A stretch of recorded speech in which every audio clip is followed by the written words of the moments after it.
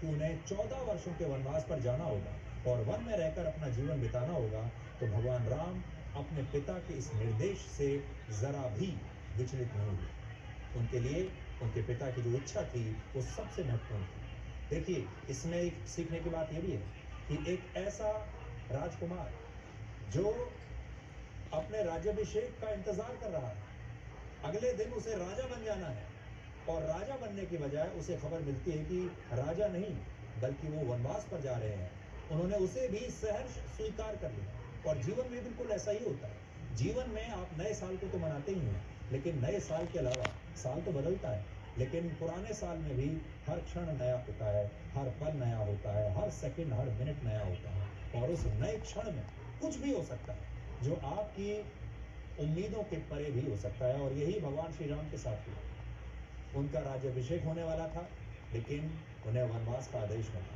यानी रातों रात कुछ भी हो सकता है अचानक। इसलिए आपको भी इसके लिए तैयार रहना चाहिए, और अगर ऐसा हो जाए तो उसे सहर्ष स्वीकार भी करना चाहिए। और उनके पिता की जो इच्छा थी उसे स्वीकारते हुए उसमें यह बताया गया है कि पिता की आज्ञा का पालन करना भगवान श्री राम के लिए सबसे बड़ा धर्म है। और यह बात सिर्फ वनवास की नहीं है।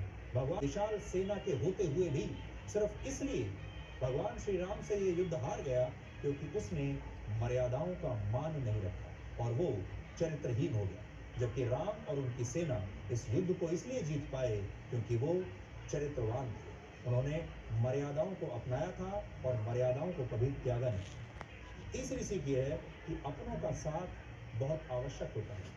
जब रावण मृत्यु से पहले लक्ष्मण को ज्ञान दे रहा था, तब उसने कहा कि वो इसलिए हारा क्योंकि इस युद्ध में उसके अपने ही उसके साथ नहीं थे और उसके भाई विभीषण ने उसे छोड़ दिया था।